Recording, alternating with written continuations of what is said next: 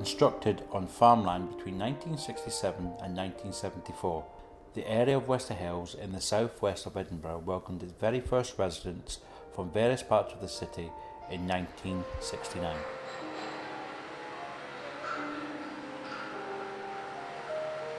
Over the next few years, they were joined in several stages by around 18,000 people at one point, including a significant number living in 24 high-rise blocks.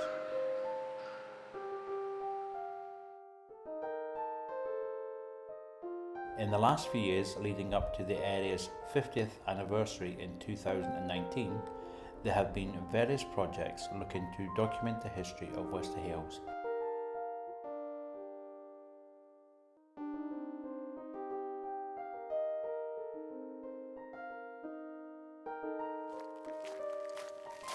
The social history walks, led by a local historian or self-guided using QR codes, provide residents and visitors to the area with a unique insight into the history of campaigning and local community organisations set up to fight to improve the lives of residents.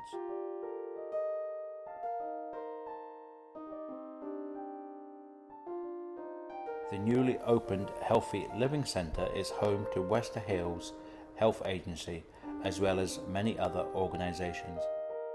The agency seeks to enable local people to take action that makes positive impact on their own and in their community's physical, mental and emotional well-being, and is involved with projects like the West Edinburgh Time Bank. Time Bank, it's just it's credits that you get, and if you do something for, say, myself, and then the time credit comes back to me as well, so we both get something out of it. Moving along the canal, we reach Prospect Housing Association, which is now the biggest community housing provider in the area.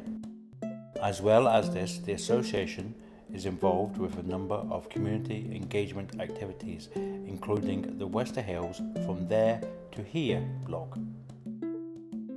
A few years ago, we became aware that the community newspaper for the area was having to close down. It had lost its funding, like many other newspapers across the city, and what had been the Sentinel and was now called the West Edinburgh Times was having to shut its doors. We were aware that they had a large archive of printed material. There was copies of the newspapers, there was negatives, slides, hard copies of photographs, and there was nowhere for those to go. So we offered it a home in the hope of preserving it. We started blogging about the history of the area. We put copies of the newspaper online, we wrote about how the estate was built, we wrote about some of the groups that were set up, and every week we put a bit of material on the site. It's been a really, really positive thing to have done. It's widely accessed, quite a few local residents look at it. People like seeing the photographs, and it builds up a really positive image of the area. That's not to say that we ignore some of the negative things that happened. We just want to balance the picture up a bit.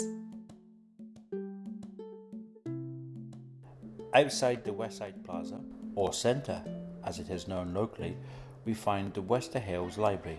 This does much more than lending out books, with classes on every day for all sections of the community. Back along the canal again, we reach the building of walearts Agency.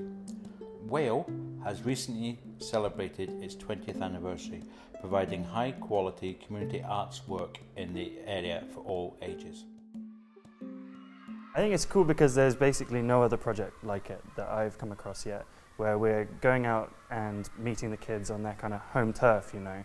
And so kids that usually wouldn't engage are given an opportunity to engage. It's really cool to bring that creative stuff to them.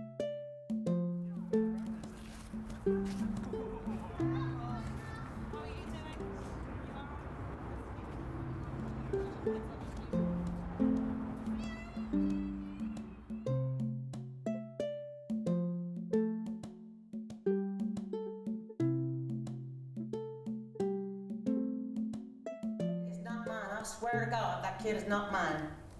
Suddenly I feel like a That kid is black.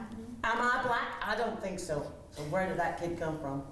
It happens, you know. Meet here every Thursday night. We all come about 7 o'clock, have a cup of tea, a blether, and then just do a bit of a warm up. I've never had DNA results like this before. I'm telling you right now, it's that gardener. It's Cletus. He's been hanging around, he's sniffing around here like a dog. Basically, it's been going for 6-7 years, something like that. We've put on quite a few shows over those years. Some challenging roles, some really funny roles, some not so funny but serious. Well, tried to be serious, but it never works that way. We always have a comic twist. It just happens that way. When I'm here, I can relax, I can be myself, come out my shell. I'm an advocate for the area as well, because I think the more people do, even if they don't come to the well to do the drama, once they've been here, they know they can see other things that have been going on, and they might be interested in the photography or the Sentinel or the Stitch in Time or the other projects that's in the building.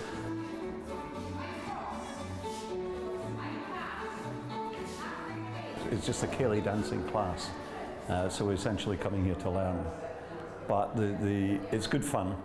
We have a good laugh, and one of the main points for me is you don't have to be step perfect to enjoy yourself. It's an evening out. It helps to get you fit or keep you fit, and it's just nice to come out and be sociable. We all started. We were all beginners at one point.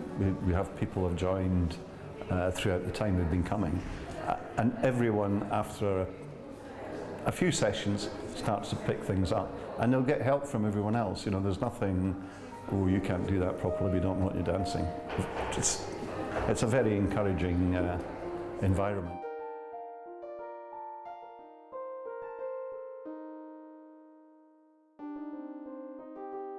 One of the new engagement activities in Wester Hailes is the totem pole, part of Our Place in Time project funded by the Arts and Humanities Research Council.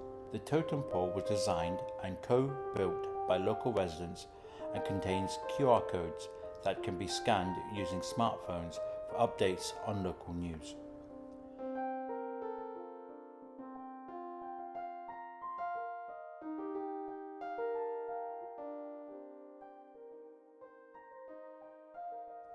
Despite the current economic crisis, the resilience of the organisations in Wester Hailes and the desire of many local residents to engage with and improve their community is still strong. Long may it continue.